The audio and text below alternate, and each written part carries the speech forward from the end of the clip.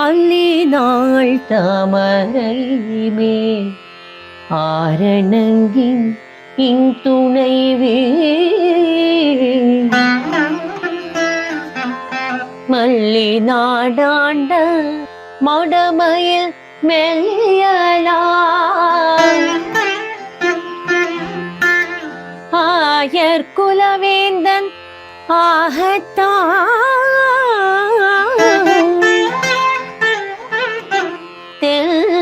Puduvai wear பயந்த விளக்கு தென் Puduvai wear பயந்த விளக்கு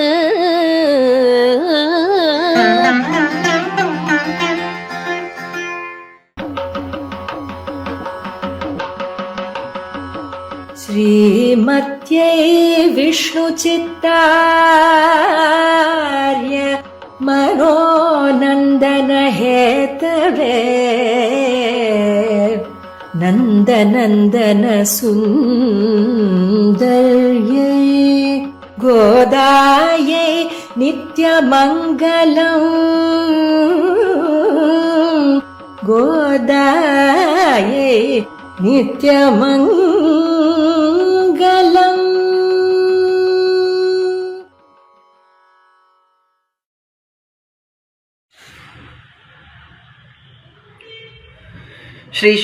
श्रीशैलेशदयापात्रं दीभक्त्यादिगुणार्णवम् यतीन्द्रप्रवणं वन्दे रम्यजामातरं मुनिं लक्ष्मीनाथसमारम्भां नाथयामुनमध्यमाम् अस्मदाचार्यपर्यन्तां वन्दे गुरुपरम्पराम्.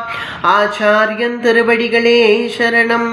அஞ்சு குடிக்கொரு சந்ததியாய் ஆழ்வார்கள் தஞ்செயலை விஞ்சி நிற்கும் தன்மையளாய் பிஞ்சாய் பழுத்தாளை ஆண்டாளை பத்திகுடன் நாளும் வழுத்தாய் மனமே மகிழ்ந்து. ஸ்ரீமதே ராமானுஜாய நமஹ. ஸ்ரீமத் வரவரமுனையே நமஹ. ஸ்ரீமத் பரமஹம்ச பரிவ்ராஜகாச்சாரியராய் உபய வேதாந்தாச்சாரியராய் எழுந்தருளி இருக்கக்கூடிய நம்முடைய எதுகுரி எதிராஜ ஜீயர் சுவாமியினுடைய திருவடிகளுக்கு அடியவள் தண்டம் சமர்ப்பித்துக் கொள்கிறேன். நாச்சியார் திருமொழி மகோத்சவத்தில் அடியவளுக்கு 11வது பதிகம் கொடுக்கப்பட்டது. அதிலே முதல் 5 பாசுரங்களை அனுபவித்தோம். தாயார் ஆண்டாள் நாச்சியார் பகவான் பிரிந்து அந்த விரக வேதனை தாழ முடியாமல் அதனுடைய வெளிப்பாடாக என்ன ஆயிற்று, தான் ரொம்ப மெலிந்து போனவளாக ஆனாள். ரொம்ப தேகம் மெலிந்து போய் அதன் நிமித்தமாக கையில் இருக்கக்கூடிய அந்த வளையல்கள் கழண்டு விழற அளவுக்கு அப்படி மெலிந்து இருக்கக்கூடிய இவளுடைய நிலைய நம்ம எப்படி இருக்கா என்னங்கிறத பார்க்கணும் அப்படின்னு அங்க இருக்கக்கூடிய தாய்மார்கள், தோழிமார்கள் மற்றும் சில ஸ்திரீகள் எல்லாரும் திரண்டு ஒன்றாக சேர்ந்து இவள் இருக்கக்கூடிய இடத்திற்கு அடைய புகுந்து இவள் நிலையை கண்டு கழிக்கிறார்கள். அப்ப தன்னுடைய விரக வேதனையை வெளிப்படுத்தி கொள்கிறாள் நாச்சியார். இது 10 பதிகமானது ஆயிடுத்து. இப்ப 11வது பதிகம் வேற ஆயின்னு இருக்கு. இன்னமும் பகவான் தன்னுடைய விஷயத்துக்கு செவிசாய்க்கவில்லையே, இன்னும் நம்மளை ஆட்கொள்ளவில்லையே அப்படிங்கிற தாபம் அதிகமாகி அதன் வெளிப்பாடாக 11வது பதிகத்துல அழகிய மணவாளன் விஷயமாக, அதாவது திருவரங்க பெருமாள் விஷயமாக இத்தகைய பாசுரங்களை அருளி செய்திருக்கிறாள். அதுல முதல்ல நம்முடைய கை வளைய இப்படி என் கை வளைய கட்டிண்டு போயிட்டானே அப்படின்னு அந்த நாகனை மேல பள்ளி கொண்டு இருக்கக்கூடிய திருவரங்கன் தான் உகந்து இருக்கக்கூடிய சங்கு போலதானே என்னுடைய சங்கமும், அதாவது என்னுடைய வளையலும், அதை கட்டிண்டு போயிட்டானே அப்படின்னு முதல்ல சொல்ல ஆரம்பித்தாள். பிறகு பகவானுடைய திருமேனியினுடைய அழக வர்ணிக்க ஆரம்பிச்சாள். குழல் அழகர், வாய் அழகர், கண்ணழகர் என்றெல்லாம்.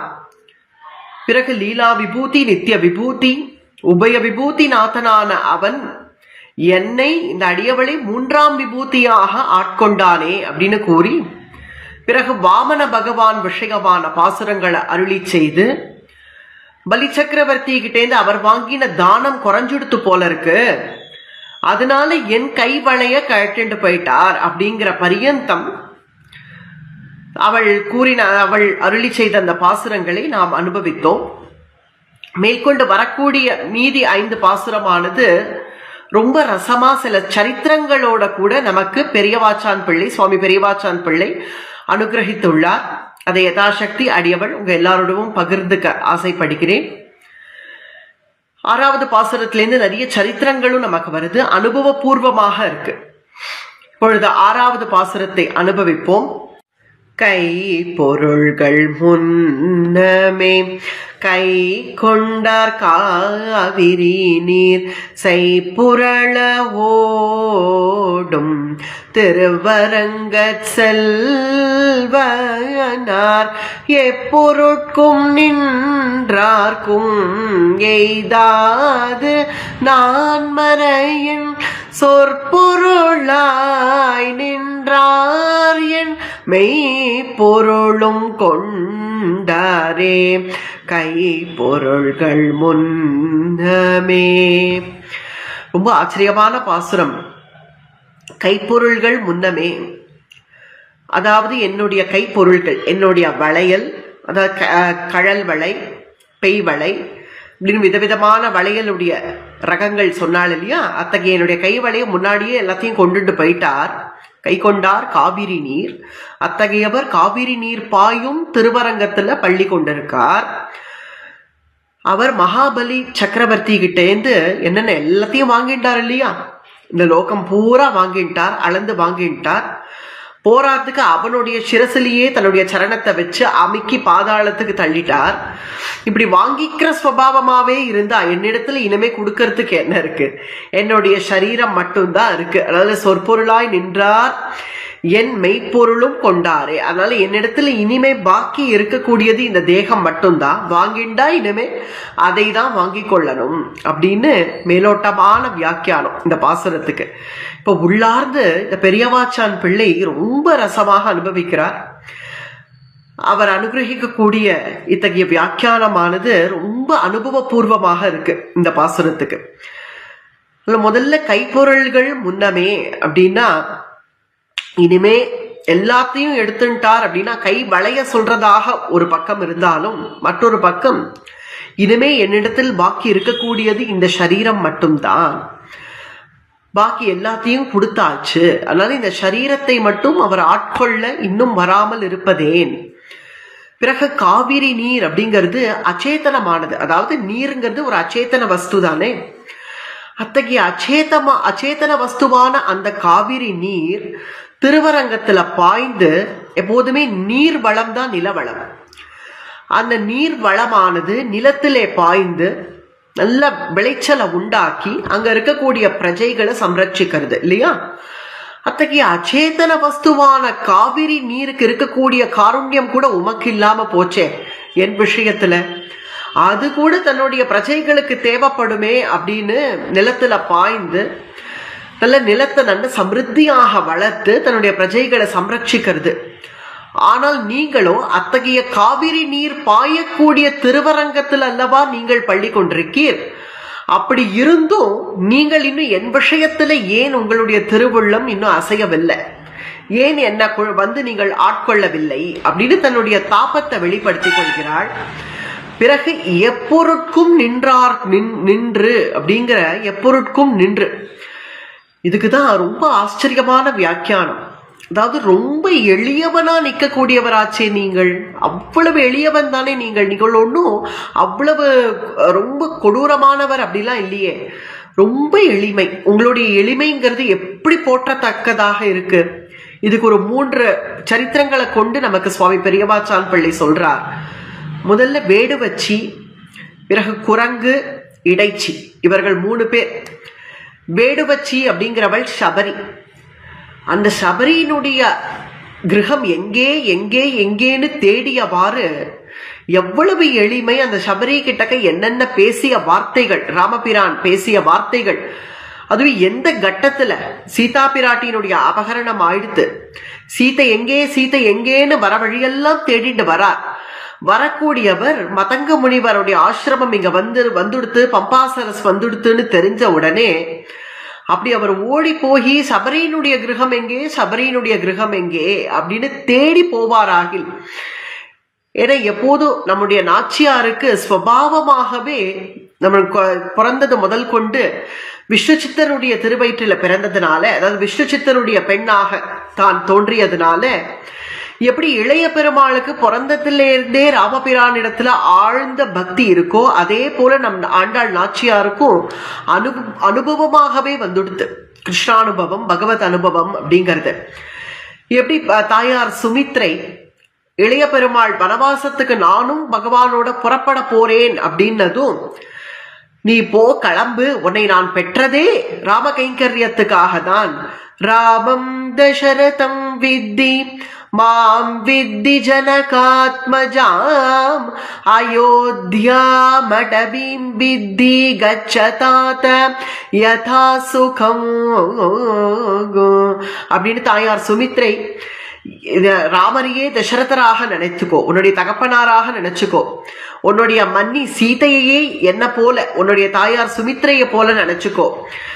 நீ எங்கெல்லாம் வனவாசம் அவர்களோட பண்றையோ அதையே அயோத்தி போல நினைச்சுண்டு அவர்களுக்கு கைங்கரியமே செய் அப்படின்னு சுமித்ரை எப்படி இளைய பெருமாளுக்கு சொன்னாலோ அதே போல ஆண்டாள் நாச்சியார் சின்ன வயசுலேருந்து தன்னுடைய அப்பாவினுடைய சத்சங்கத்திலேயே ஊறி போனவளாக இருந்ததுனால பகவானுடைய எளிமையை அப்படி அனுபவிக்கிறாள். இங்க ராமபிரான் அதுவும் சீதா பிராட்டிய தேடிண்டு வர வியாச்சத்துல இங்க சபரியினுடைய ஆசிரமத்துக்கு வந்து சபரி கிட்ட கேட்கிற வார்த்தைகள் என்ன, நீ எப்படி இருக்க, உன்னுடைய தேகம் எப்படி இருக்கு, நல்ல ஆகாரம் எல்லாம் சாப்பிட்டு இருக்கியா, உன்னுடைய குரு சுஷ்ரூஷை எல்லாம் எப்படி நடந்துட்டு இருக்கு. ஏன்னா சபரிக்கு மதங்க முனிவர் தான் தன்னுடைய ஆச்சாரியன்.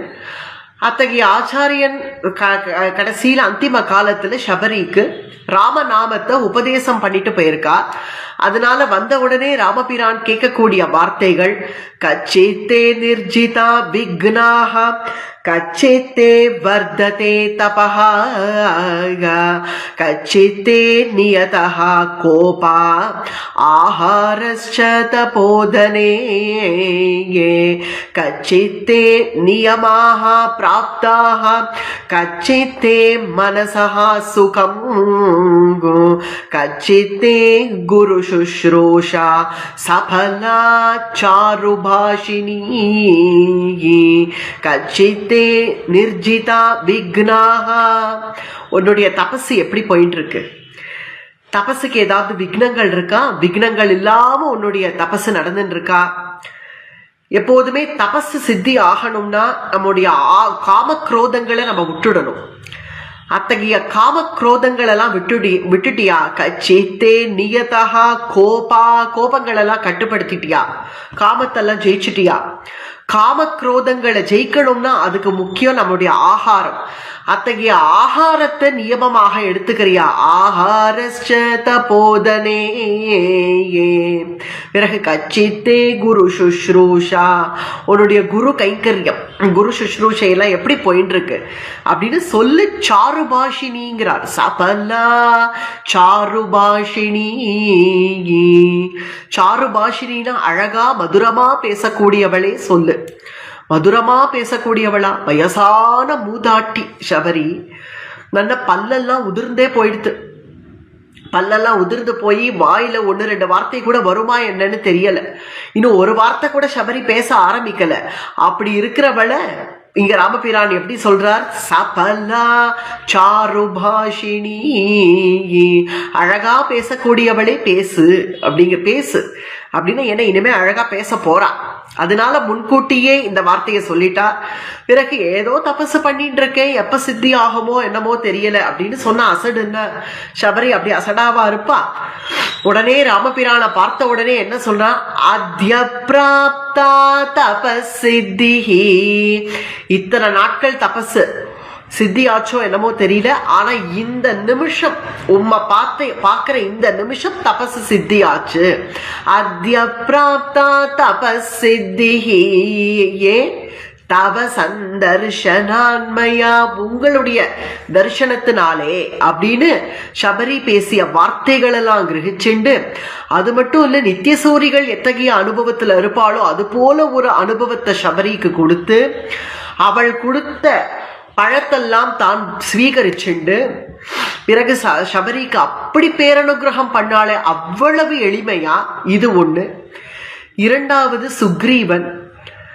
சுக்ரீவனை தானே தேடிட்டு வரா. அந்த வானரன் ஒருத்தன் இருக்காளாமே சுக்ரீவன், அவன் எங்க இருப்பான்? இந்த பம்பா நதி தீரத்துல தான் இருப்பான் அப்படின்னு கேள்விப்பட்டோமே. ஏன்னா சுக்ரீவனுக்கு தான் எல்லா இடமும் தெரியுமா, என்ன உலகத்துல எந்தெந்த இடம் எங்கெங்க இருக்கு. இப்ப சீதா பிராட்டி லங்கையில இருக்கான்னா அந்த லங்கை எங்க இருக்கு, அதுக்கு போறதுக்கு வழி என்ன, எல்லாம் சுக்ரீவனுக்கு தெரியும்.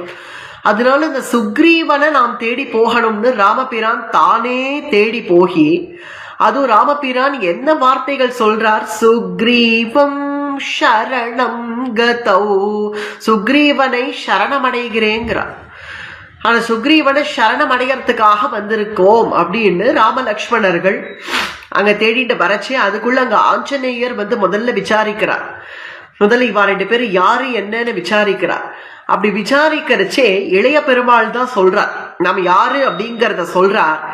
என்ன சொல்ற? ரொம்ப ஆச்சரியமான ஒரு ஸ்லோகம் இது வால்மீகி ராமாயணத்துல. லோகநாதஹ புரா பூத்வா சுக்ரீவம் நாதமிச்சதி. இது ஒரு பரீட்சை ஆஞ்சநேயருக்கு. லோகநாதஹா புரா பூத்வா, முன்பு ஒரு சமயம் லோகநாதரா இருந்தார் இவர். ராமபிரான சாமானியம் நினைச்சுக்காதீங்க, லோகநாதர். ஏன்னா அயோத்தியாதிபதி சக்கரவர்த்தி திருமகன் இல்லையா, அதனால லோகநாதரா இருந்தார். லோகநாதஹா புரா பூத்வா.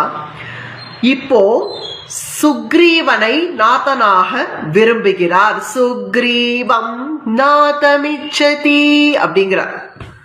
சுக்ரீவம் நாத்தமிச்சத்தின்னா இத பாதி ஒரு ஃபில் இன் த பிளாங்க்ஸ் சொல்றோம் இல்லையா, அது போல சுக்ரீவம் நாத்தம் டேஷ் இச்சதி, அங்க ஏதாவது ஒண்ணு ஃபில் பண்ணணும். அதாவது தமிழ சொல்லணும்னா சுக்ரீவனை நாதனாக விரும்புகிறார் அப்படின்னா சுக்ரீவனை நாதனாக டேஷ் விரும்புகிறார், இந்த கோடிட்ட இடத்தை நிரப்பணும்.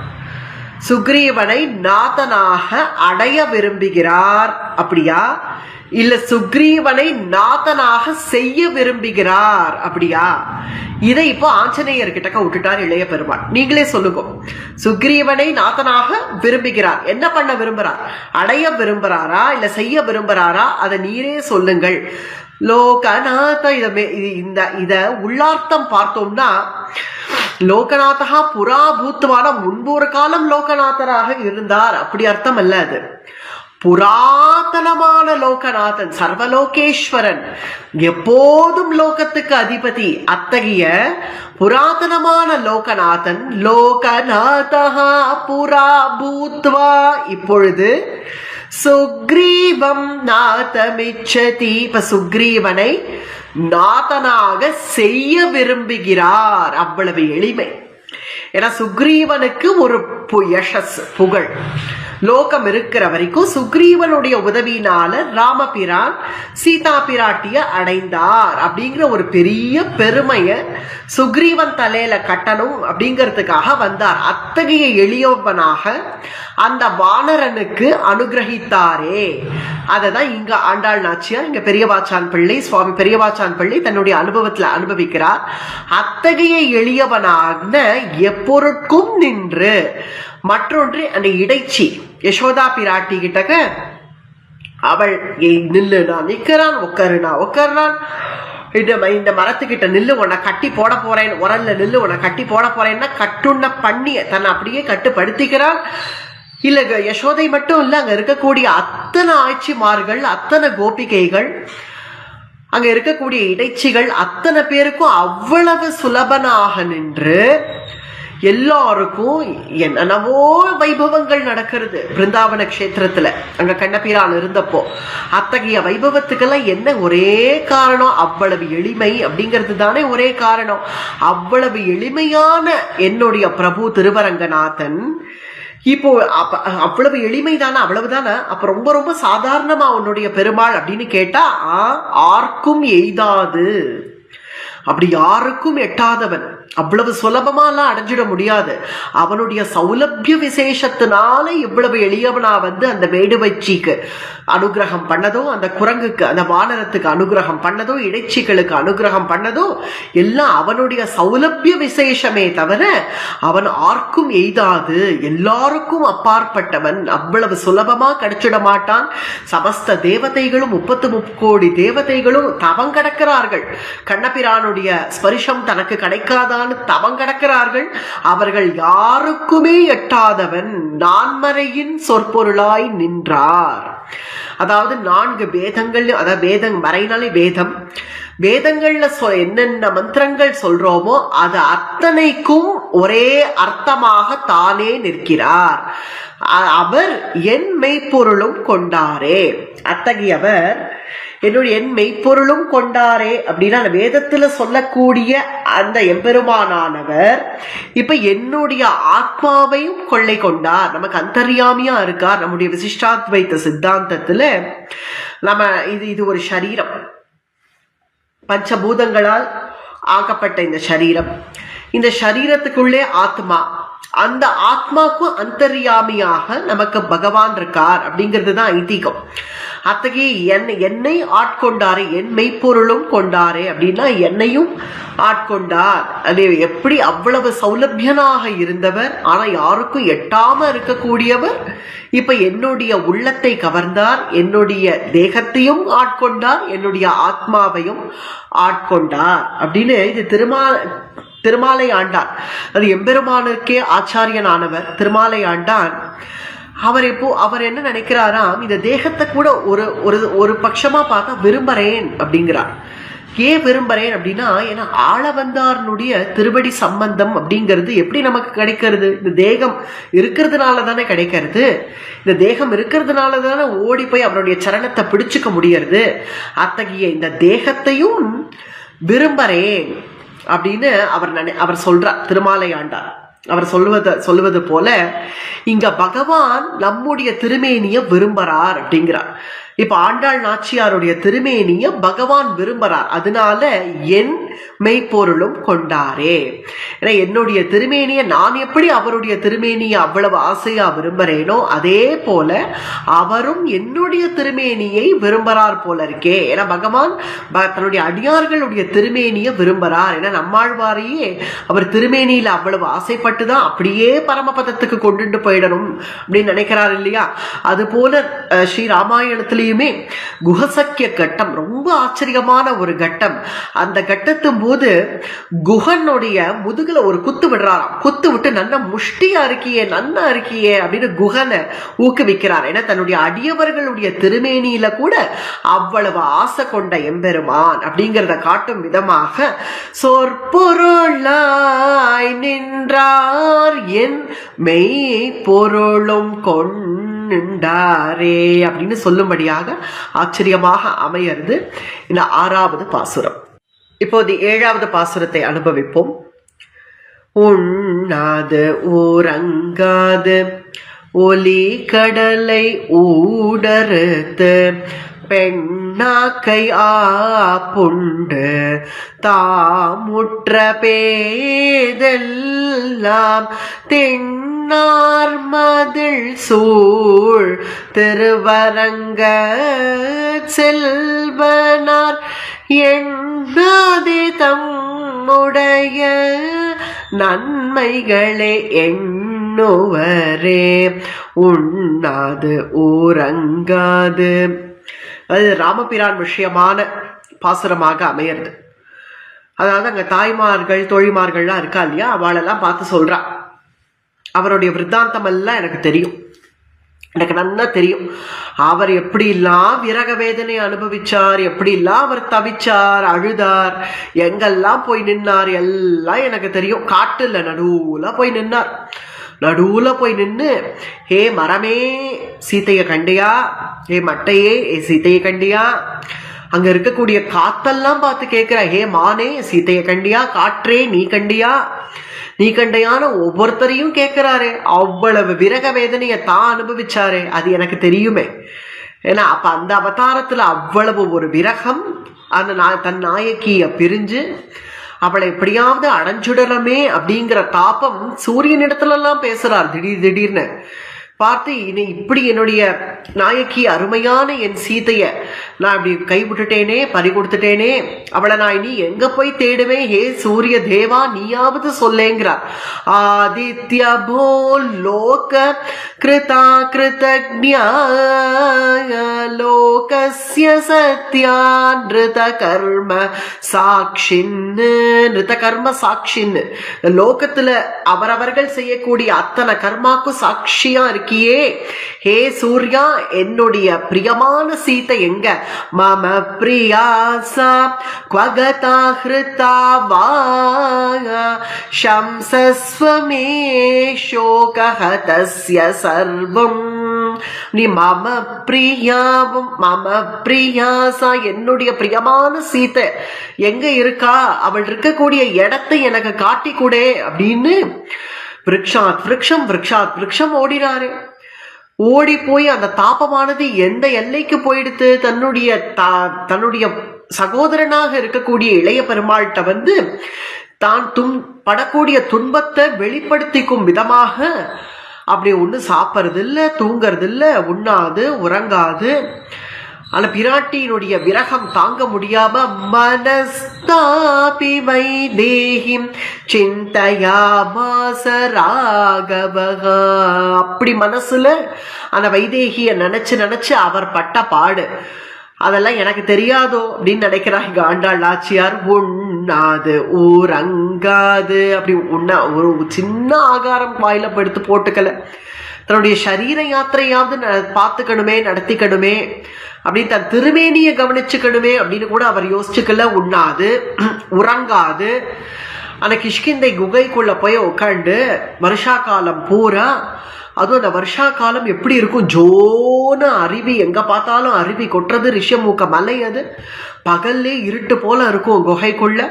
அந்த குகைக்குள்ள தூங்காம உட்காந்து தப்பி தவறி யாராவது வந்தா, ஆஞ்சநேயரோ அல்லது இளைய பெருமாளோ லக்ஷ்மணரோ வந்து கொஞ்சம் பழம் சாப்பிடலாமே, பழம் ஸ்வீகரிச்சுக்கலாமே அப்படின்னு கொண்டு கொடுத்தா கூட சீதே அப்படின்னு அப்படியே தியானஸ்தரா இருக்கார். சரி கொஞ்சம் அண்ணா எழுதுக்கோங்க, கொஞ்சம் தீர்த்தமாவது அருந்துங்கள் அப்படின்னு கொண்டு கொடுத்தாலும் சீதே, சரி நாழி ஆயிடுத்து கொஞ்சம் படுத்துட்டு விசிராந்தியாவது எடுங்கள் அப்படின்னு சீதே, உண்ணாது ஊரங்காது. அது மட்டுமா, அது ஜோ ஜோ ஜோன்னு சப்தம் கொடுக்கக்கூடிய அந்த கடல், ஒலி கடலை ஊடறுத்து, அந்த ஒலி கடலை ஊடறுத்து, அதாவது நடுவுல போய் அறுத்துன்னு அர்த்தம். அக்னியாஸ்திரம் போட்டு அந்த ஒலி கடலை அப்படி அறுத்து அதை ரெண்டாக பிளந்து, ஒலி கடலை ஊடறுத்து, ஊடறுத்துன்னு நடுவுல போய் அறுத்து, ஊடையில் அப்படின்னு சொல்லுவா. ஊடையிலன்னா நடுவுல, அந்த ஒலி கடலை நடுவுல போய் அறுத்து, அதுவும் எப்படி அந்த கடலை அறுக்கணும் அப்படின்னா, அங்க விபீஷணன் வந்து என்ன சொல்றான், விபீஷணன் அந்த ராட்சசனை தன் குருவாக ஏத்துட்டு அந்த விபீஷணன் சொல்றான், இந்த சமுத்திரராஜனை சரணாகதி பண்ணுங்கோங்கிறான். சரணாகதி பண்ணுங்க, ஏன்னா நீங்கள் ராஜா இல்லையா, சமுத்திர ராஜா ஒரு ராஜா, நீங்கள் ஒரு ராஜா, ராஜாவுக்கு ராஜா உதவி பண்ண போறார். ஏன்னா விபீஷணனுக்கு என்ன எண்ணம், தான் எப்படி இப்ப சரணாகதி பண்ணி நம்மள பகவான் ஏத்துன்னு இருக்காரோ அதே போல யாரு சரணாகதி பண்ணாலும் பலிச்சிடும் அப்படின்னு நினைச்சதுனால, சமுத்திரம் ராகவோ ராஜா சரணம் கந்துமர்ஹதி, அந்த சமுத்திரராஜனை சரணமடையுங்கள் அப்படிங்கிறார். சரி பண்றேங்கிறார். அதையும் என்னடாப்பா அப்படின்னு ஒரு வார்த்தை கேட்க வேண்டாமோ, ஆனாலும் சரி பண்றேன் அப்படின்னு உட்காந்துட்டார். உட்காந்து அந்த சமுத்திரராஜனை சரணாகதி பண்ணி அது தர்பசயனம் இருந்து, அதற்கு பிறகும் கடலரசன் வராம ஒன்னு தன்னுடைய தனுசை எடுத்துட்டு சமுத்திரம் சோஷயிஷ்யாமி, இந்த சமுத்திரத்தை மொத்தத்தையும் வத்தடிச்சிடுறேன் அப்படின்னு சொல்லும்படியாக ஆவேசம் வந்து, ஏன்னா சரணாகதிங்கிறது சரண்யன் பண்ணா பலிக்காது.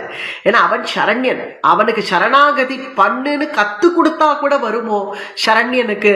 அவன் தான் பகவான் ஆச்சே. அப்படி இருந்தும் தன்னுடைய விபீஷணன் சொல்லிட்டானே அப்படிங்கிற ஒரு வார்த்தைக்காக அதை கேட்டு அதுக்கு கட்டுப்பட்டு அதில் உட்காந்து அந்த கடலை ஊடறுத்து, அந்த கடலை அப்படி அறுத்து அதுல சேத்து பந்தனம் எல்லாம் பண்ணி, அதுல எப்படி ஒரு பக்கம் வானரர்கள்லாம் மலையை தூக்குறா, குரங்குகள் மலையை நூக்க குளித்து தான் புரண்டிட்டோடி தரங்க நீர் அடைக்கலுற்ற சலமிலா அணிலும் போலேன் மரங்கள் போல் வலிய நெஞ்ச வஞ்சனேன் நெஞ்சு தன்னால் அரங்கனார்க்கு ஆட்செய்யாதே அழியத்தேன் அயர்கின்றேனே. தொண்டரடிப்பொடி ஆழ்வார் அனுபவிக்கிறார். குரங்குகள் மலையை நூக்க, ஒரு பக்கம் பார்த்தா குரங்குகள் அப்படி மலையை கொண்டு வந்து அப்படி தூக்கிறது, அதுக்கு நடுவுல ஒரு சின்ன குட்டி அணில் பார்த்துதான், அந்த அணில் பார்த்து நாமும் பகவானுக்கு கைங்கரியம் பண்ணலாமே அப்படின்னு குளித்து தாம் புரண்டிட்டோடி அதனுடைய சின்ன சின்ன குஞ்சு கையால எவ்வளவு மண்ணு கொண்டு வந்து எப்படி கொட்ட முடியும்? இவாள்லாம் வானரர்கள்லாம் ஒரு பக்கம் கல்ல அடுக்கிறா, தாம் மண் அடிக்கலாம் அப்படின்னு தோன்றது. தனக்கு சின்ன சின்ன கையால எவ்வளவு மண்ணை கொண்டு வந்து அதால போட முடியும்? அதனால என்ன பண்ணிட்டு தான் போய் முதல்ல சமுத்திரத்துல குளிச்சு தான் மணல்ல நல்லா புரண்டு தான் தேகம் பூரா மணல்ல எடுத்துட்டு போய் அங்க போய் உதிர்க்கிறதான். அந்த ரெண்டு பாறைக்கு நடுவுல போய் அங்க உதிர்க்கிறதா. குளித்து தாம் புரண்டிட்டோடி, ஆனால் அங்க கடலோ எப்படி இருக்கு? ஜோ ஜோ ஜோன்னு அலை அடிக்கிற கடல். தரங்க நீர் அடைக்கலுற்ற, அப்படி தரங்க நீரா இருக்கக்கூடிய அந்த சமுத்திரத்திலையும் உனக்கு கைங்கரியம் பண்ணணும்னு ஒரு ஜீவன் ஓடி வருதே. சலமிலா அணிலும் போலேன், சலமிலா அணிலும் போலேன். அத்தகைய அணிலும் வந்து உதவி பண்ணி, அத்தகைய குரங்குகள்லாம் மலையை போட்டு மலையை நூக்க அப்படி சேத்து பந்தனம் பண்ணி, எதுக்காக? உன்னுடைய நாயகி சீதைக்காக, அவளுக்காக இவ்வளவெல்லாம் சிரமப்பட்ட சிரமம் எனக்கு தெரியாதா? உண்ணாது ஊரங்காது ஒலி கடலை ஊடறுத்து பெண்ணாக்கை ஆப்புண்டுனா அதாவது பெண், அந்த சீதா பிராட்டியினுடைய தேகத்து மேல அவ்வளவு ஆசை கொண்டவனாக, சீதா பிராட்டியினுடைய திருமேனி மேல அவ்வளவு ஆசை, அவ்வளவு பரிவு. எப்போ தான் என்ன சாப்பிட்றார் ராமபிரான் வனவாசம் பூரா என்ன உண்டார் அப்படின்னு பார்த்தா, சீதா பிராட்டியினுடைய அந்த கண் வீச்சு, அந்த கண் பார்வையே அருந்தினார். அத்தகைய சீதா பிராட்டியினுடைய கண் திருஷ்டி இப்ப நம்ம மேல விழலியே அப்படின்னு தாப்பப்பட்டு அந்த சீதையாகி அந்த கொடி ராமபிரான கட்டி போட்டுட்டாளே. பெண்ணாக்கை புண்டு தாமுற்ற பேதெல்லாம் தான் எவ்வளவு தூரம் இறங்கி போனாருங்கிற விஷயம் எல்லாம் எனக்கு தெரியாதோ. அந்த பக்கம் பார்த்தா சுக்ரீவனை சரணமடைகிறார், அங்க கடலரசனை சரணமடைகிறார், விபீஷணனை தன் குருவா ஏத்துட்டு அவன் சொல்றதெல்லாம் கேட்டுக்கிறார், அவன் சொன்னதை செய்யறார், சேத்து பந்தனம் பண்றார். இவ்வளவெல்லாம் தாப்பம் பட்ட அந்த எம்பெருமானுக்கு இப்ப ஏன் தாப்பம் புரியலையோ? நீ பட்ட இல்லையா விரக வேதனையா? அதே விரக வேதனையை தானே இப்ப நான் அனுபவிச்சுட்டு இருக்கேன். அது உனக்கு புரிய மாட்டேங்கிறதே. அவ்வளவெல்லாம் அங்க சுத்தி கால் நொந்துதோ என்னமோ தெரியல, சீதா பிராட்டியை தேடி அலைஞ்சு. ஆனா இங்க நிம்மதியா வந்துட்டிய, ஸ்ரீரங்கத்துக்கு வந்து சயனிச்சுட்ட. தின்னார் மதில் சூழ்த்த, தின்னார் நல்ல உயரமாக இருக்கக்கூடிய மதில் சுவர்கள் நிரம்பி இருக்கக்கூடிய அத்தகைய திருவரங்கம்.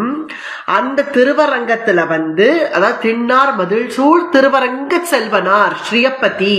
இந்த இடத்துல செல்வனார் அப்படிங்கிறது ஸ்ரீயப்பதி அப்படின்னு, அவ்வளவு செல்வமுடைய செல்வனார். இங்க மதில்கள்லாம் சுவர்கள்லாம் நல்ல சூழப்பட்ட, அது எப்படிப்பட்ட சுவர்கள் அப்படின்னு பார்த்தா பிரளய ஜலம் வந்தா கூட அதை உடைச்சு எரிஞ்சிட முடியாது அப்படின்னு இருக்கக்கூடிய அந்த தின்னார் மதில் சூழ் திருவரங்க செல்வனார் எண்ணாதே தம்முடைய. அப்ப அவர் பட்ட வேதனையெல்லாம் யோசிக்காம நன்மைகளே எண்ணுவரே. பிறகு சீதா பிராட்டிய மீட்டு எடுத்து கொண்டு வந்து இருக்கச்சு புஷ்பக விமானத்துல ஏறிண்டு வராராம். வரைச்சு அதோ பத்தியா நான் பண்ணின சேத்து பந்தனம், உனக்காக நான் பண்ண சேத்து பந்தனம் பார் அப்படின்னு காட்டுறார். தன் நன்மைகளையே நினைச்சுட்டு படுத்துட்டு இருக்கார்.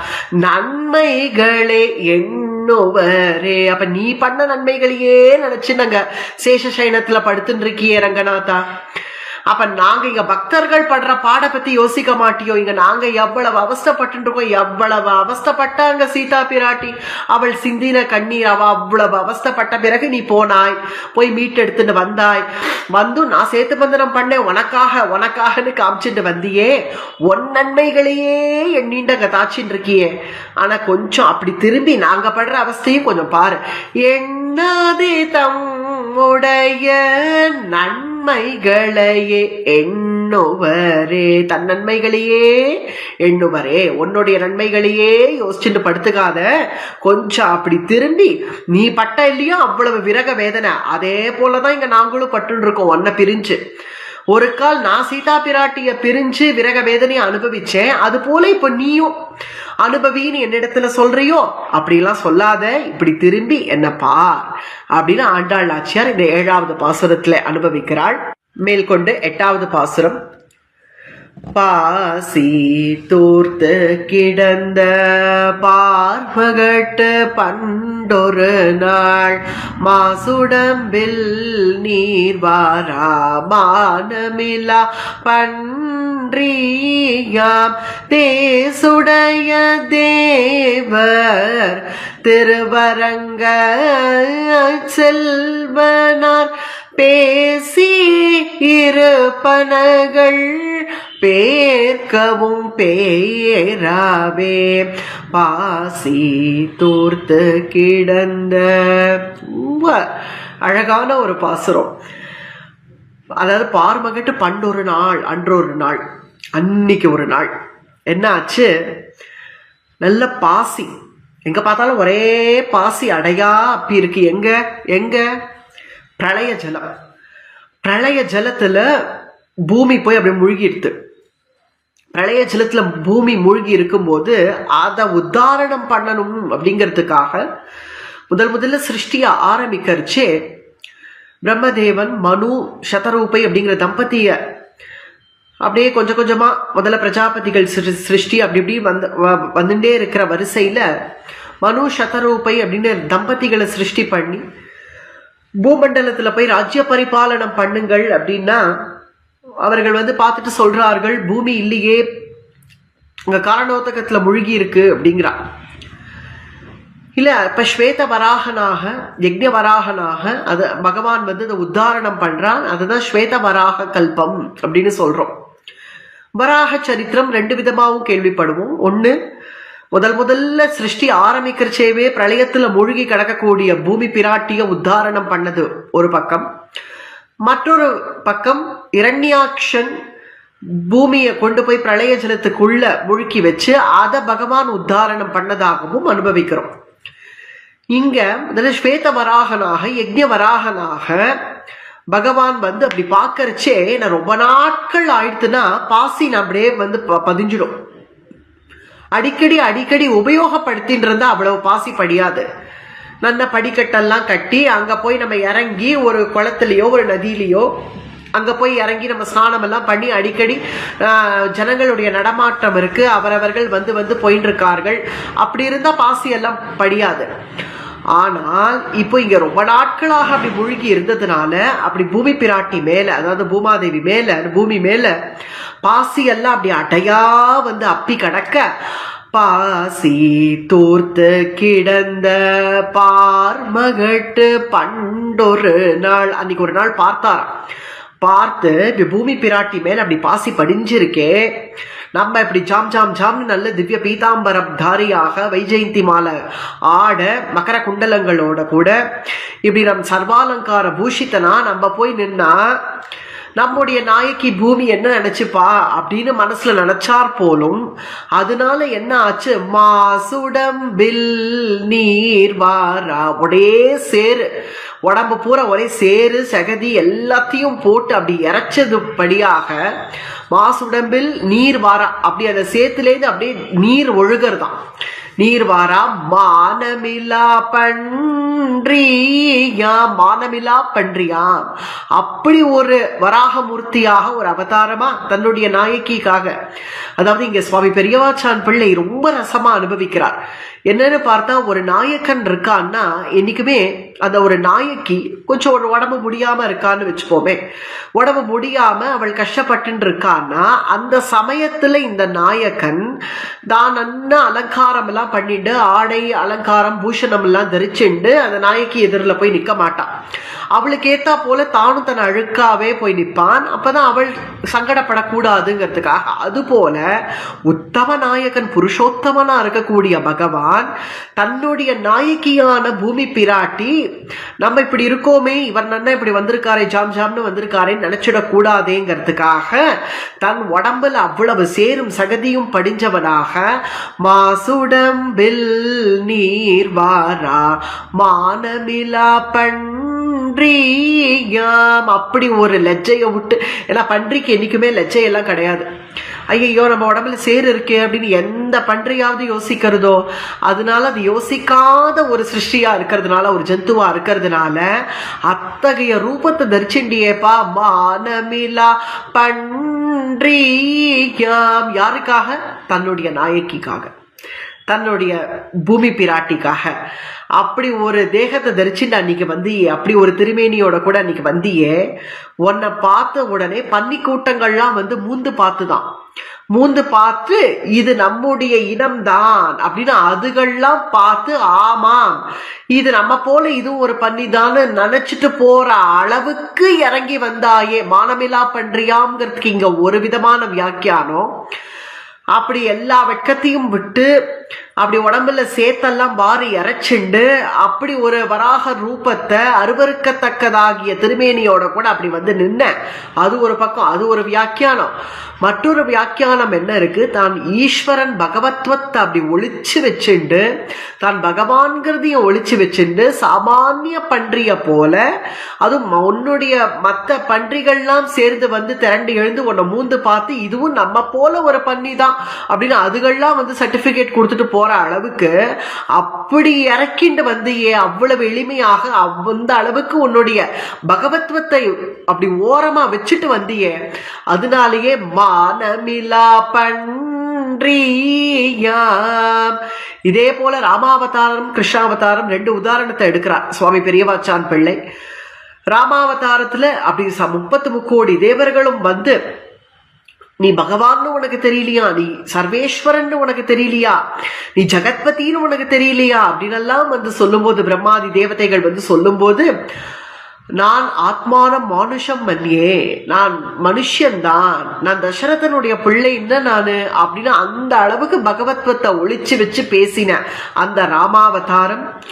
அதே போல கிருஷ்ணாவதாரத்துல நான் ஒன்னும் பகவான்லாம் இல்லையே, உங்களை போல நானும் ஒரு யாதவன், உங்களுக்கு போல நானும் உங்களுடைய பந்து அப்படின்னு சொன்னியே கிருஷ்ணாவதாரத்துல. அது போல அது எல்லாம் தூக்கி சாப்பிட்டுடுத்தேன் இந்த வராக அவதாரம். இந்த வராக அவதாரத்துல அப்படி உடம்புல சேரு பூசப்பட்டவனாக, அதுலேருந்து நீர் ஒழுகக்கூடியவனாக, அப்படி மானமெல்லாம் பன்றியாம், உன்னுடைய பன்னி கூட்டங்கள்லாம் வந்து உன்னை மூந்து பார்த்துட்டு இது நம்ம போல இதுவும் ஒரு பன்னி தான் நினைச்சிட்டு போற அளவுக்கு அவ்வளவு இறங்கி வந்து தன் நாயகிக்காக, அவ்வளவு இறங்கி வந்து பூமி பிராட்டிக்காக வந்தையேப்பா. மாசுடம்பில் நீர் வாரா மானமிலா பன்றியாம். அப்படிப்பட்ட நீ தேசுடைய தேவர், தேசுடைய தேவர்னா தேஜசுடைய தேவர். யாரு நீ?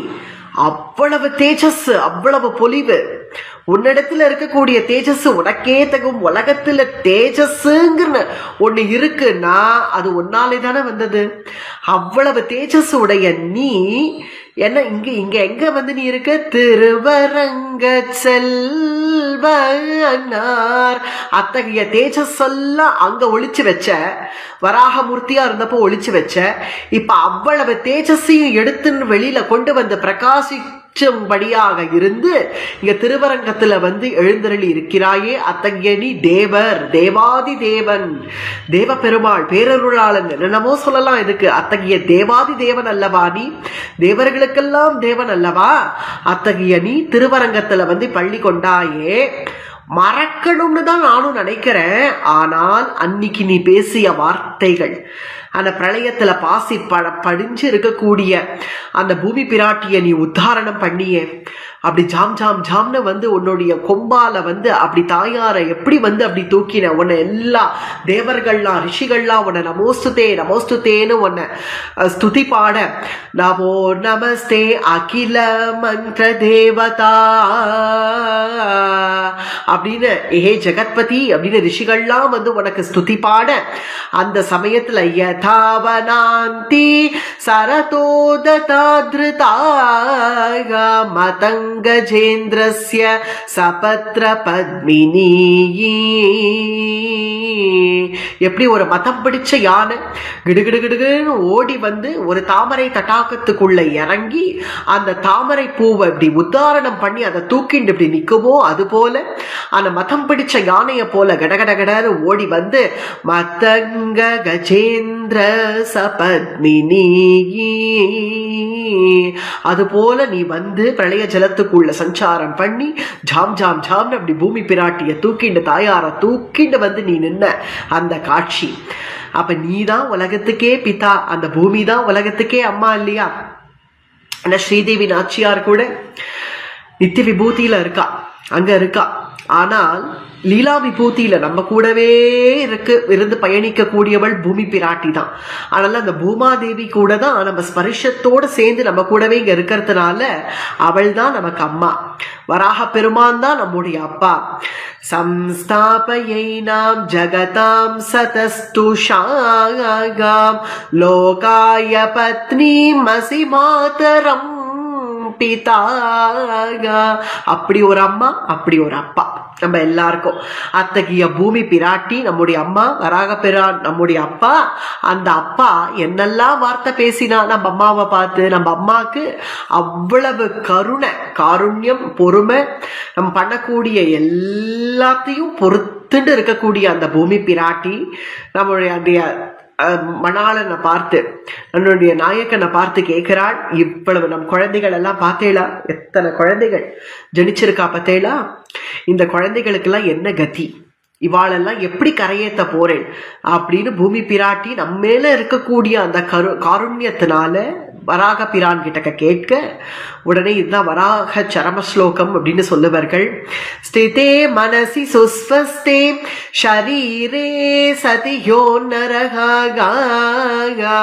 தாது சாம்யே ஸ்திதே ஸ்மர்த்வா விஸ்வரூபம் ச மாமஜம் ததஸ்தம் ரியமாணம் தோ காஷ்டபாஷாண சந்நிபம் அஹம் ஸ்மராமி மத்பக்தம் நயாமி பரமாம் கதிம், நயாமி பரமாம் கதிம். அப்படி ஒரு வார்த்தையை பேசினியே. தன்னுடைய ஜீவ திசையில இருக்கிற காலத்துல எந்த ஒரு ஜீவன் சதா நித்தியம் எம்பெருமானுடைய ஸ்மரணையிலேயே இருக்கோ, கண்ணுன்னு ஒன்று இருந்தா எம்பெருமானையே திவ்ய கஷேத்திரங்களுக்கு போய் கண்டு கழிச்சு, காதுன்னு ஒன்று இருந்தா பகவத் குணங்களையே கேட்டு, நாக்குன்னு ஒன்று இருந்தா பகவன் நாமாவையே சொல்லி இத்தகைய அருளி செயலை எப்போதும் அனுசந்தானம் பண்ணிக்கொண்டே இருந்து, மூக்குன்னு ஒன்று இருந்தா பகவத் பிரசாதத்தையே முகர்ந்து, கையுன்னு ஒன்று இருந்தா அடியார்களுக்கு தொண்டு செய்து, காலுன்னு ஒன்று இருந்தா திவ்ய தேசங்களுக்கு ஓடி ஓடி சென்று, இப்படி ஒரு ஜீவன் இருந்துட்டுனா வாழ்ந்துடுத்துனா, அப்படி ஆச்சாரிய சம்பந்தத்தோட பகவத் பிரபத்தி பண்ணிடுத்துனா, அது அந்திம காலத்துல காஷ்ட பாஷான் சந்நிபம் அப்படியே தன்னுடைய கஷ்டங்களோட கூட அந்திம காலத்துல அந்த தேகம் அப்படியே இட்டபடி கடக்க, அந்த சமயத்துல அவன் கை நன்னா இருந்த காலத்துல அடியார்களுக்கு தொண்டு செய்தானே, கால் நன்னா இருந்த காலத்துல திவ்ய தேசங்களுக்கு ஓடி ஓடி வருவனே, அவன் இன்னைக்கு இட்ட கையும் இட்ட காலுமா கடக்கிறானா. அதனால அத்தகைய பக்தனை நான் ஸ்மரிக்கிறேன் அப்படிங்கிறார் வராகபிரான். அகம் ஸ்மராமி மத் பக்தம் நயாமி பரமாம் கதிம். அத்தகைய பக்தனை நான் ஸ்மரிக்கிறேன், நான் ஸ்மரிச்சு அவனை கொண்டே போயிடுவேன். எங்க? என்னுடைய சரணத்துக்கு கொண்டே போயிடுவேன் அப்படின்னு பூமி பிராட்டிக்கு வராகபிரான் சொல்லக்கூடிய வார்த்தைகள், அவளுக்கு கொடுத்த உறுதிமொழின்னு கூட சொல்லலாம். அத்தகைய பகவான் பேசின வார்த்தைகள், அததான் இங்க ஆண்டாள் நாச்சியார் சொல்றார். பேசி இருப்பனகள் பேர்க்கவும் பேராவே. அன்றைய தினம் என்ன பேசின அந்த வார்த்தைகள் எல்லாம் மறக்க முடியுமா? மறக்கணும் நினைச்சா கூட பேர்க்கவும் பேராவே, பேர்க்கவும் பேராவே. மறக்கணும்னு நினைச்சா கூட மறக்க முடியாத வார்த்தைகள் ஒவ்வொன்றும் எப்பேற்பட்ட வார்த்தைகள். அப்படி அனுகிரகம் பண்ணேளே பூமி பிராட்டிக்கு. இப்ப நான் இங்க விரக வேதனையில இருக்கேன், ஓடி வாங்கும் வந்து என்னை ஆட்கொள்ளுங்கள் அப்படின்னு சொல்லக்கூடிய ரொம்ப ஆச்சரியமான ஒரு பாசுரம் 8வது பாசுரம். அடுத்து 9வது பாசுரம் ரொம்ப ஹாஸ்யமா இருக்கும். நமக்கு நாச்சியாரை எப்படி அனுகிரகித்தாலும் அதே போலவே பரம காரணிகரான பெரியவாச்சான் பிள்ளை, சுவாமி பெரியவாச்சான் பிள்ளை கூட ரொம்ப ஹாஸ்யமாவே நமக்கு வியாக்கியானமும் அனுகிரகிச்சிருக்கா. முதல்ல பாசுரத்தை அனுபவிப்போம். இது ரொம்ப பிரசித்தமான பாசுரம் தான். கண்ணாலம் கோடித்து கண்ணி தன்னை கையை பிடிப்பான் தென்னார்ந்திருந்த சிசோபாலந்தே சழிந்து அண்ணாந்திருக்கவே ஆங்கவளை கைப்பிடித்த பெண்ணாளன் பேணுமோர் பேரும் அரங்கமே கண்ணாலம் கோடித்து. அப்படி கோடித்து ஒரு கல்யாணம் ஏற்பாடு. யாருக்கு? ருக்மிணி பிராட்டிக்கு. ருக்மிணி பிராட்டிக்கு கல்யாணம்னா சந்தோஷம் தானே. யாரு மாப்பிள்ளை? சுஷுபாலனாமே. சுஷுபாலன் தேசழிந்து சுஷுபாலனா மாப்பிள்ளை. அவனை போய் கூட்டுண்டு வந்து, அதுவும் பீஷ்மகரங்கிற மகாராஜா அங்கங்க தோரணம் எல்லாம் கட்டி, பந்தல் எல்லாம் புஷ்ப பந்தல் முத்து பந்தல் எல்லாம் போட்டு, வாழை இலையெல்லாம் கட்டி, மாவலை எல்லாம் கட்டி, அங்க நல்ல அலங்காரம் எல்லாம் பண்ணி, ஊர் பூரா தோரணம் கட்டி எல்லாம் வரவேற்பெல்லாம் ஏற்பாடு பண்ணி, அதான் கண்ணாலம் கோடித்து என்னென்னமோ ஏற்பாடு பண்றது என்னமோ பீஷ்மகர் மகாராஜா தான். அவருக்கு என்ன ஆசை? நம்ம கிருஷ்ணனுக்கு தான் கொடுக்கணும் ருக்மிணிய அப்படிங்கிற ஆசை. இருந்தாலும் ருக்மிங்கிற அவருடைய பிள்ளை மீறிட்டான். அவனை மீறி ஒன்றும் பண்ண முடியாது, அவன் சிசுபாலனுக்கு தான் அப்படின்னு வச்சுட்டான்.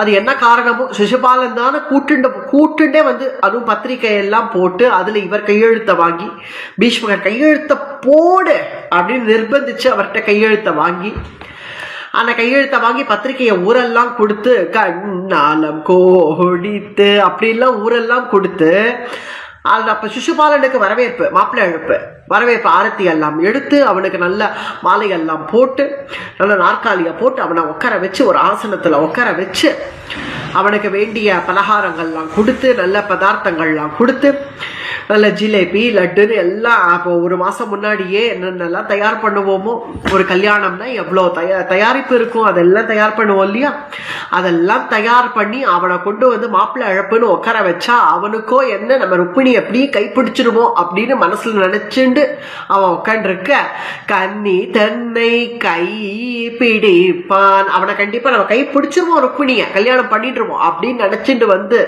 உட்காண்டிருந்த சிசுபாலன், அந்த சிசுபாலன் என்ன எப்படி உட்காண்டிருந்தவன் அவனுக்கு நண்பனா இந்த ஜராசந்தன் வந்து இப்படி பாக்குறான் சிசுபாலன் எப்படி இருக்கான் மாப்பிள்ளை போய் பார்த்துட்டு வருவோம்னு மாப்பிள்ளையை வந்து பாக்குறான் ஜராசந்தன். பார்த்தா இப்படி உட்காந்துருக்கான், இப்படி குடிஞ்சு போய் உட்காந்துருக்கானா, அவனை ஓங்கி ஒரு தட்டு முதுகுல ஒரு தட்டு தட்டி என்னடா நீ கல்யாண மாப்பிள்ள, நீ போய் இப்படி குனிஞ்சு உட்காரலாமோ, நிமிர சொல்றேன் அப்படின்னு அன்னைக்கு அவன் போட்ட ஒரு போடு, அன்னைக்கு அவன் தட்டின தட்டு, அதுக்கு மேல இனிமே அவன் குனியணும்னு நினைச்சா கூட அவனால குனிய முடியல. அண்ணாந்திருக்கவே அப்படியே அண்ணாந்துட்டான். அவ்வளவுதான். அவன்னைக்கு நிமிர்ந்தவன் தான் அப்படியே நிமிர்ந்துட்டான், அண்ணாந்து இருக்கவே. ஆனா இங்கேயோ ருக்மிணி பிராட்டியோ கடிதமெல்லாம் எழுதுறா, கண்ணபிரானுக்கு தூது விடுறா. ஸ்ருத்வா குணான் புவன சுந்தரா, இந்த திரிபுவனத்திலையும் அழகானவனே, என்னுடைய நிலைமை உனக்கு புரியலையா அப்படின்னு அங்க விரக வேதனை அனுபவிக்கிறாள் ருக்மிணி பிராட்டி. ருக்மிணி பிராட்டியினுடைய விரகத்தை பத்தி இங்க ஆண்டாள் நாச்சியார் எடுக்கவே இல்லை. ஏன் எடுக்கலன்னா, அவள் என்ன சரணாகதி பண்ண மாட்டாளா என்ன? ஏன் அவள் அப்படித்தானே பண்ணுவள், அவள் பிராட்டியாச்சே, அவள் சரணாகதி பண்ணத்தான் பண்ணுவள். இல்லை இவர் அபயம் கொடுத்தாரே கண்ணபிரான, அபயம் கொடுக்க மாட்டாரா என்ன? சரணாகதி பண்ண தன்னுடைய பக்தியை கைவிட்டுற அடியார்களை கைவிட மாட்டானா பிராட்டி எங்கேருந்து கைவிட போறாரா என்ன? அதெல்லாம் இங்க இல்ல. ஆண்டாள் எதை ரசிக்கிறா, நாச்சியார் எதை ரசிக்கிறா அப்படின்னு பார்த்தா சுஷுபாலன் தேசழிந்து, அவனுடைய தேஜஸ் எல்லாம் போய் கல்யாண மாப்பிள்ளைன்னா பார்க்கவே ஒரு பிரசன்னமாவது இருக்க வேண்டாமோ? எப்பவும் சொல்லு பொள்ளுன்னு விழுவான். துரியோதனனுக்கு நண்பன் போல இருக்கு. இவெல்லாம் ஒரே கேட்டகரி, ஒரு செட்டு. இல்லை யாராவது சிசுபாலா அப்படின்னாலே என்ன சிசுபாலா அப்படின்னு கோச்சுப்பனா, அப்படி ஊர்ல போற வரவர்கள்லாம் அப்படியே பேசிக்கிறாளாம். அட பாவமே, இவனுக்கா ருக்மிணிய, இவனுக்கு போய் ருக்மிணிய பேசி முடிச்சுட்டாரே நம்ம மகாராஜா, அவர் என்ன பண்ணுவார் பாவம். ருக்மிணி எல்லாம் அவனுடைய கையில இருக்கு அதிகாரம், அவர் என்ன பண்ணுவார் அப்படின்னு ஊரெல்லாம் பேசிட்டு போற அளவுக்கு அப்படி அவனோ தேஜஸ் எல்லாம் இழந்து என்னமோ போல உட்காண்டிருக்கான். தின்னார்ந்திருந்த சிசுபாலன் தேசழிந்து அண்ணாந்திருக்கவே, அப்படி அவன் அண்ணாந்து இருக்கிற சமயத்துல, அப்படி மேல பார்த்துட்டு இருக்கிற சமயமா பார்த்து அவன் எல்லாம் பண்ணி முடிச்சான். தான் பண்ண வேண்டிய கல்யாணத்துக்கு முன்னாடி எவ்வளவோ காரியக்கிரமங்கள் இருக்குல்ல, சடங்கு சம்பிரதாயம்னு சொல்றோம்ல, அதெல்லாம் பண்ணி முடிச்சு இதோ இப்ப பாணி கிரகணம் தான் ஆச்சு, பாணி கிரகணம் ஆக போறது அப்படின்னு நினைச்சுட்டு இருக்கா. கன்னி தன்னை கையை பிடிப்பான், அப்படி பாணி கிரகணம் ஆக போறது நினைக்கிற சமயத்துல அண்ணாந்திருக்கவே, அப்படி மேல பார்த்துட்டு இருக்கிற சமயமா பார்த்து அங்கவளை கை பிடித்த, அங்க போய் அவளை யாரோ ஒருத்தன் கை பிடிச்சிட்டான். யாரு அப்படின்னு பார்த்தா தாம்ராஜ கன்யாம் ரதமாரு ருக்ஷதி ஜஹார கிருஷ்ணோ த்விஷதாம் சமீக்ஷதாயாம் ரதம் சமாரோப்ய சுபர்ண லக்ஷணம் ராஜன்ய சக்கரம் பரிபூய மாதவஹாய. யாரோ அவள் கையை பிடிச்சிட்டான். யாருன்னு எல்லாரும் காலமே பார்த்தா சர்வாலங்கார பூஷித்தையாக பிராட்டிய தயார் பண்ணி தோழிகளோட கூட மணிமண்டபத்துக்கு அழைச்சிட்டு வரணும்னு பார்த்து அவளை அழைச்சிட்டு வந்திருக்கிற சமயத்துல எல்லாரும் பார்க்கிறார்கள். எல்லாரும் பார்த்து சிசுபாலன் தான் நிச்சயமா கை பிடிக்க போறான்னு நினைச்சுட்டு இருக்கிற சமயத்துல அங்கேருந்து வந்தானே பார்க்கணும். அங்கவளை கை பிடித்த உடனே ருக்மிணி பிராட்டிய கட்டினான், தூக்கினான், ரதத்துல வச்சான். ஜில்லு ஜில்லு ஜில்லு ஜில்லுன்னு புறப்பட்டு ஓட எல்லாம் யானை மேல இருக்கிறவன் அப்படியே பார்க்கிறான், குதிரை மேல இருக்கிறவன் அப்படி பார்க்கிறான். எல்லாரும் அப்படின்னு பார்க்கிறார்கள். என்னடா பார்த்துட்டு இருக்கீர்கள், யாராவது போய் பிடிங்கோன்னா அழகா இருக்கே கண்கொள்ளா காட்சி, அழகா இருக்கே அப்படிங்கிறா. அப்படி அண்ணாந்திருக்கவே, அவன் அண்ணாந்திருக்கிற சமயமா பார்த்து அங்கவளை கை பிடித்த, அங்க போய் அவள் கையை பிடிச்சானே. இங்க கண்ணபிரான் ருக்மிணி கையை பிடிச்சாங்கிறத விட சிசுபாலன் கோட்டை விட்டதை தான் ஆண்டாள் நாச்சியார் ரசிக்கிறான். பிறகு ஜராசந்தன் வரான். சரிப்பா சிசுபாலா வா, கிளம்பலாம் போச்சு, கிளம்பலாமா? அப்ப கல்யாணம் அதான் ஆயிடுத்தே. யாருக்கு? கிருஷ்ணனுக்கு தான் ஆயிடுத்தே கல்யாணம். யாரோட? ருக்மிணியோட. என்ன கொண்டு வந்து நிக்க வச்சிருக்கேப்பா, அதை விடதான் முடிச்சு போச்சு. அது கிருஷ்ணன் வந்தா நீ அண்ணாந்திருந்த சமயமா பார்த்து அவன் அங்கவளை கை பிடித்த பெண்ணாளன் பேணுமோர் அப்படி சிசுபாலன் கோட்டை விட்டானே அப்படிங்கிறத ஏன் இங்க நாச்சியார் ரசிக்கிறான்னா, அப்படி ஆசைப்படலாமோ? அவள் யாருக்கு உரியவள்? ருக்மிணி பிராட்டி கண்ணனுக்கு உரியவள். அவனுக்காவது தோண வேணாமோ? சரி, அவ்வளவெல்லாம் யோசிக்க வேண்டாம். அவள் மகாலட்சுமி அவதாரம், நம்ம நாச்சியாராச்சே, இது தாயாராச்சே, பிராட்டியாச்சே, அவ்வளவெல்லாம் யோசிக்க வேண்டாம். நம்ம எப்படி இருக்கோம் நம்ம யோசிக்க வேண்டாமோ? நம்ம எப்படி இருக்கோம்? அவளோ தேசழிந்து தேஜஸெல்லாம் இழந்து இருக்கக்கூடியவன், இவளோ ராஜகன்னிகை சுவர்ண வர்ணத்துல எப்படி ஜாம் ஜாம் ஜாம்னு ஜொலிக்கக்கூடிய தாயார இவன் ஆசைப்படலாமோ முதல்ல? அதனால சுஷிபாலன் கோட்டை விட்டதையே அப்படியே பார்த்து ரசிக்கிறாளாம் ஆண்டாள் நாச்சியார். அண்ணாந்திரு கவே ஆங்கவளை கை பிடித்த, அப்படி கை பிடிச்சவன் என்ன பண்ணானா, நேர திருவரங்கத்துக்கு வந்தாலாம். திருவரங்கத்துல திருக்கல்யாணம் பண்ணிண்டான். பெண்ணாளன் பேணுமோர் பேரும் அரங்கமே, பேரும் அரங்கமே, பேரும் அரங்கமே. அப்படி திருவரங்கத்துல திருக்கல்யாணம் பண்ணிண்டான். ஏன்னா துவாரகையில தான் திருக்கல்யாணம் பண்ணதாக நமக்கு புராணங்கள் சொல்றது. இருந்த போதிலும் ஆண்டாள் நாச்சியார் சொல்லிட்டான்னா அதுதான். ஏன்னா எப்போதுமே அப்படி கைய பிடிச்சு கடத்திட்டு வந்த ருக்மிணிய எடுத்ததும் போய் துவாரகையில வைக்க மாட்டா இல்லையா? அப்புறம் சமஸ்த சைன்யங்கள் எல்லாம் திரட்டிண்டு இதுகள்லாம் யுத்தத்துக்கு வருமே.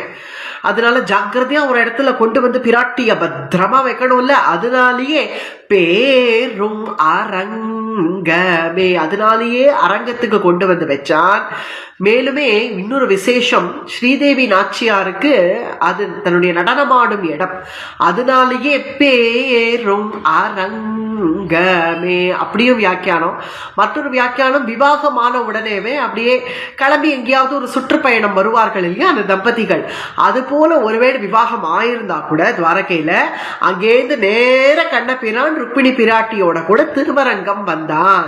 தன்னுடைய சொந்த கிரகமான திருவரங்கம், தன்னுடைய சயன கிரகமான திருவரங்கத்துக்கு பிராட்டி அழைச்சிட்டு வந்ததாக இங்க அனுபவிக்கிறார் வியாக்கியானத்துல. பெண்ணாளன் பேணோமோர் பேரும் அரங்கமே. அப்படி அங்க ஸ்ரீதேவி நாச்சியாருக்கு அனுகிரகம் பண்ணதை இங்க ஆண்டாள் நாச்சியார் தான் அனுசந்தானம் பண்ணிக்கிறார். எப்படி முதல்ல கை வள கண்டதுன்னு அழ ஆரம்பிச்சா, அப்புறம் பகவானுடைய திருமேனிய வர்ணிச்சா, அத்தகைய பகவான் எப்படி தன்னை ஆட்கொண்டான், தன்னுடைய மனசை எப்படி கொள்ள கொண்டான் அப்படிங்கறதெல்லாம் சொல்லிண்டே பிறகு தன்னை போல மற்ற பெண்களுக்கு எப்படி எல்லாம் பகவான் உதவி இருக்கான். அதுலதான் சீதா பிராட்டி விஷயமாக பகவானோடவே விரகத்தை எடுத்து காண்பிச்சா. நீர் எப்படி விரகத்தை அனுபவிக்கிறீர், அதே போலதானே இங்க நான் இந்த அடியவள் விரகத்தை அனுபவிச்சுட்டு இருக்கேன். அதனாலயாவது எனக்கு கருணை புரியக்கூடாதா அப்படின்னு சொல்லிட்டு வந்தாள். பிறகு பூமி பிராட்டிக்கு பண்ண அனுகிரகம், ருக்மிணி பிராட்டிக்கு, அதாவது ஸ்ரீதேவி நாச்சியார் பூதேவி நாச்சியார் இவா 2 பேருக்கும் பண்ண அனுகிரகம் இப்ப தனக்கும் அதே போல அனுகிரகம் பண்ணுவான் அப்படிங்கிறதுக்கு ஒரே ஒரு ஆதாரம். அது என்ன ஆதாரம் அப்படின்னு கேட்டா, ஆச்சாரியன் அப்படிங்கிற அந்த ஒரு ஆதாரம். அந்த ஆச்சாரியனை பிடிச்சுட்டோம்னா கெட்டியா அவர் கொண்டு போய் சேர்த்தே வச்சுடுவார் பெருமாள்கிட்ட. அப்படிங்கிறது தான் 10வது பாசுரத்துல சொல்லி முடிக்கிறார் இந்த பதிகத்தை. செம்மை உடைய திருவரங்கர் தாம் பணித்த மெய்மை பெருவார்த்தை விட்டு சித்தர் கேட்டிருப்பர் தம்மை ஊகப்பாரை தாமுகப்பர் என்னும் சொல் தம்மிடையே பொய்யானால் சாதிப்பார் ஆரினியே. செம்மை உடைய திருவரங்கர் தாம் பணித்த, அப்பேற்பட்ட திருவரங்கநாதன் தான் சொன்ன வார்த்தைகள் எல்லாம், அவர் சொன்ன வார்த்தை நான் சொன்னதெல்லாம் யாரு கவனிச்சிருக்கா இல்ல யாரு கேட்டிருக்கா அப்படின்னு அவர் நினைக்க முடியாது. ஏன்னா விட்டு சித்தர் கேட்டிருப்பர், விஷ்ணு சித்தர் கேட்டிருப்பார். என்னுடைய அப்பா பெரியாழ்வார் நீர் என்னிடத்துல வந்தது பேசினது எல்லாம் அவர் கேட்டிருப்பார். ஒன்னும் கேட்காமலாம் இல்லை. அவர் உன்னை கேள்வி கேட்பார். ஏன்னா ஆச்சாரியர்களுக்கே அத்தகைய ஸ்தானம் இருக்கு இல்லையா, நான் ஒப்படைச்சேனே இந்த ஜீவனை அப்படின்னு. பெருமாள் சர்வதா சுதந்திரன், யார் அவனை கேள்வி கேட்க முடியும்னு இருந்த போதிலும் ஆச்சாரியனுடைய வார்த்தைக்கு தானே கட்டுப்படுறான் பகவான். அது போல இங்க ஆண்டாள் நாச்சியாருக்கு ஆச்சாரியன் யாரு? தன்னுடைய தகப்பனார் விஷ்ணு சித்தர் தானே. அதனால விட்டு சித்தர் கேட்டிருப்பர். ரெண்டு விதமா இங்க வியாக்கியானம் வருது. ஒண்ணு, பகவான் என்னெல்லாம் சாஸ்திரத்தை கொண்டு வந்து கொட்டினானோ விதிச்சானோ, என்னெல்லாம் உபனிஷத்து பகவானை பத்தி சொல்றதோ அத்தகைய சாஸ்திரங்கள் எல்லாம் கேட்டு மட்டும் இல்லாம அதன்படியே நடக்கக்கூடியவர். அதனால விட்டு சித்தர் கேட்டிருப்பர். மற்றொரு வியாக்கியானம் இது. எனக்கு ஏதாவது ஒண்ணுன்னா எனக்கு கேட்பார் இல்லைன்னு நினைக்காத, என்னுடைய ஆச்சாரியன், என் ஆச்சாரியன் எனக்காக வந்து உம்மிடத்துல பேசுவார். அதனால விட்டோ சித்தர் கேட்டிருப்பர். அது மட்டும் இல்லாம நீர் என்னிடத்துல வந்து பேசிய வார்த்தைகள் எல்லாமும் அவர் கேட்டிருப்பார். அதனால என்ன நீங்கள் கைவிடவே முடியாது, என்ன நீங்கள் வந்து ஆட்கொண்டே ஆகணும். அப்படி நீங்கள் பேசின அந்த வார்த்தைகள் எல்லாம் நீங்களே சத்தியம் பண்ணலைன்னா இனிமே வேற யார போய் நாங்கள் என்ன கேட்கறது? சத்யவிரதம் சத்யபரம் திரிசத்யம் சத்யஸ்ய யோனிர் நிகிதம் ச சத்யே சத்யஸ்ய சத்யம் அப்படின்னு சத்தியஸ்வரூபனா இருக்கக்கூடிய நீங்களே சத்தியத்தை கைவிடலாமா? என்னெல்லாம் பேசினீர் நீங்கள். நான் என்னைக்குமே என்னுடைய பக்தர்களுக்காக தான், நான் அகம் பக்த பராதீனஹா என்றெல்லாம் பேசினீரே. அத்தகைய நீங்களே இப்ப என்னுடைய ஒரு விரகத்துக்கு செவிசாய்க்கலைன்னா வேற யார் செவிசாய்ப்பா? ஏன்னா நீங்கள் எப்போ என்னுடைய பக்தர்கள்லாம் எங்க கானம் பண்றாளோ அங்க நான் நிக்கிறேன்னு சொன்னேன். மத்பக்தாக எத்திர காயந்தி தத்திர திஷ்டாமி நாரதா அப்படின்னு எல்லாம் சொன்னீரே. சர்வதர்மான் பரித்யஜ்ய மாமேகம் சரணம் ரஜனும் பகவான் சரமஸ்லோகத்தை சொல்ற சமயத்துல என்னையே சரணம் அடைஞ்சவன எல்லா விதத்திலேருந்தும் அவனுடைய பாபங்கள் எல்லாத்தையும் நான் விலக்கி அவனை நான் ஆட்கொள்றேன் அப்படின்னு சரமஸ்லோகத்துக்கு வியாக்கியானம் சொல்லி மாளாது, இருந்தாலும் கிரமேண அனுபவிக்கிறோம். அத்தகைய வார்த்தைகள் எல்லாம் எங்க போச்சு? அந்த வார்த்தைகள்லாம் பொய்யாக நீங்களே ஆக்கலாமா? அது மட்டும் அல்லாம எனக்கு என்னுடைய பக்தர்கள் இல்லை என்னை ஆசிரியச்சவர்கள் யாருக்காவது ஏதாவது தோஷம் அப்படின்னு ஒண்ணு இருந்தா கூட அதை விலக்கியாவது அந்த தோஷத்தை பொருட்படுத்தாமலாவது அவர்களை நான் ரட்சிக்கிறேன் அப்படின்னு சொன்னீரேன்.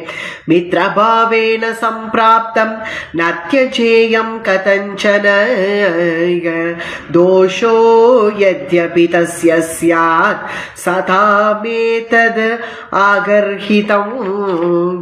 மித்ரபாவத்தோட கூட என்னை யார் வந்து என்னை நீங்களே தான் கதி அப்படின்னு என்னை வந்து சரணாகதி பண்றானோ அவனிடத்துல ஒரு கால் தோஷம் இருந்தா கூட அதை நான் பொருட்படுத்த மாட்டேன், அபயம் கொடுப்பேன் அப்படின்னு நீங்கள் பேசின வார்த்தைகள் எங்க போச்சு? அது மட்டும் இல்லையே, சக்ருதேவ பிரபன்னாய தவாஸ்மீதி சயாச்சதே அபயம் சர்வபூதேப்யோ ததாம்யேதத் வ்ரதம். பக்தர்களை என்ன சரணாகதி பண்ணவர்களை ரட்சிக்க வேண்டியது என்னுடைய விரதம். என்னுடைய விரதத்தை யாராலையும் பங்கம் பண்ண முடியாது. சர்வ பிரகாரத்திலையும் அவர்களை நான் ரட்சிப்பேன்.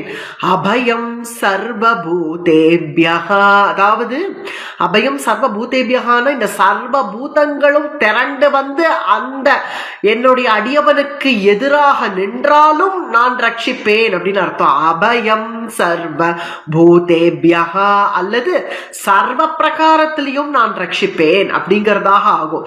இத்தகைய வார்த்தைகள் இதெல்லாம் எங்க போச்சு? அத்தகைய வார்த்தைகள் எல்லாம் யாருமே கேட்கலன்னு நினைச்சுக்காதீங்க. ஒருத்தர் கேட்டிருக்கார், விட்டு சித்தர் கேட்டிருப்பர். விஷ்ணு சித்தர் அதெல்லாத்தையும் கேட்டு இருந்தார். அதனால யாருமே கேட்கலன்னு நினைச்சிட்டு நீங்க பாட்டு நான் போய் படுத்துட்டேன் சயனிச்சுட்டேன்னு சொல்லாதீங்கோ. எல்லாத்தையும் என்னுடைய ஆச்சாரியன் கேட்டு இருக்கார். அவர் என்ன உங்களிடத்துல ஒப்படைச்சிருக்கார். அதனால நீங்கள் என்னை ஏத்துண்டு தான் ஆகணும். அப்படி நீங்கள் கூறிய வார்த்தைகளை நீங்களே பொய்யாக்கினால் தம்மை உகப்பாரை தாமுகப்பர் என்னும் சொல். நீங்களே சொன்னீங்களே என்ன என்னுடைய அடியார்கள் எப்படி எப்படிலாம் எந்தெந்த பாவத்திலலாம் என்ன பக்தி பண்றார்களோ அவரவர்களை அந்தந்த பாவத்திலேயே நான் ஏத்துக்கிறேன் அப்படின்னு சொன்னேன் இல்லையா. நான் ஒரு நாயக்கியா இங்க இருந்து அத்தகைய நாயிகா பாவத்துல இருந்து உங்களை நான் இவ்வளவு தூரம் சரணாகதி பண்றேன், அதனால என்னை ஏத்துப்பேன், சர்வ பிரகாரத்திலையும் என்னுடைய அடியவர்களை ரட்சிப்பேன்னு சொன்ன அந்த வார்த்தைகள் இப்ப எங்க? தம்மிடையே பொய்யானால், அது உங்ககிட்டக்கவே அது பொய்யாச்சுன்னா சாதிப்பார் ஆரினியே சாதிப்பாரினியே சாதிப்பாரினியே. ஒரு மாதிரி துன்பத்தோட கூட தான் முடிக்கிறா இந்த பதிகத்தை. அதாவது இத்தகைய வார்த்தைகள்லாம் நீங்களே பொய்யாக்கினா இனிமே யார் இத்தகைய வார்த்தைகள் எல்லாம் சத்தியமாக்குறது? நீங்கள் கூறின வார்த்தைகளை நீங்கள் தான் சத்தியமாக்க முடியும். அதனால ஆச்சாரியனை பிடிக்கிற என்னைக்குமே முத்திரை விஷ்ணு சித்திர பேரை சொல்லிதான் முடிப்பா.